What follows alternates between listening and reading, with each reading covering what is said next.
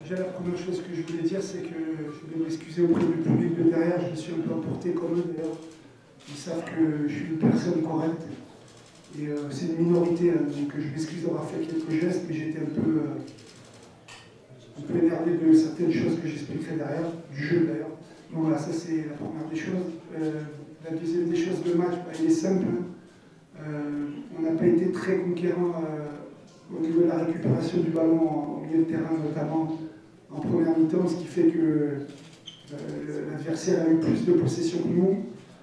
Malgré tout, c'était un match plutôt équilibré en première mi-temps au niveau des occasions, des opportunités.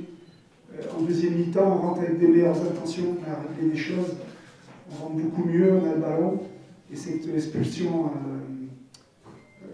justifiée apparemment, nous pénalise, parce qu'à 10 contre 11, contre une équipe qui a une telle maturité dans le jeu, une telle expérience, c'était difficile. Le gros regret que j'ai, ça c'est la jeunesse de mon équipe, ça fait 2 matchs de suite que j'ai pas le temps de faire des changements parce que le jeu il continue.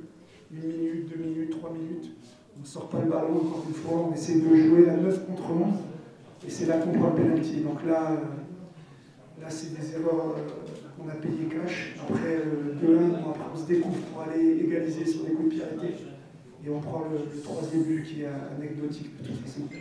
Donc évidemment on est déçus parce que c'était chez nous le derby.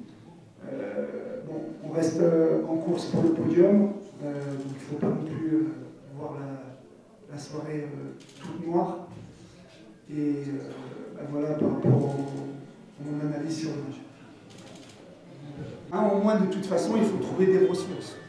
Donc les ressources c'est de dire qu'on va mettre un défenseur en plus et on va permettre à Zalouni qui est pratiquement un attaquant droit et Wills un attaquant gauche de nous apporter de la profondeur en laissant un attaquant. Donc ça voulait dire qu'en phase d'attaque, on allait avoir 2 mecs très très hauts et en avançant, donc on se retrouvait à 3.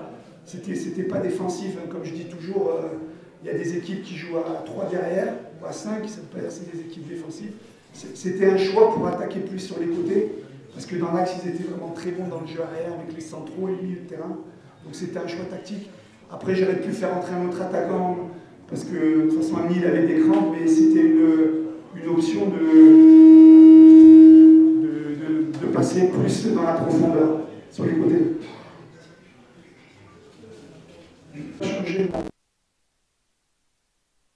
J'avais dit après que le stade tunisien, c'était possible de rêver au titre.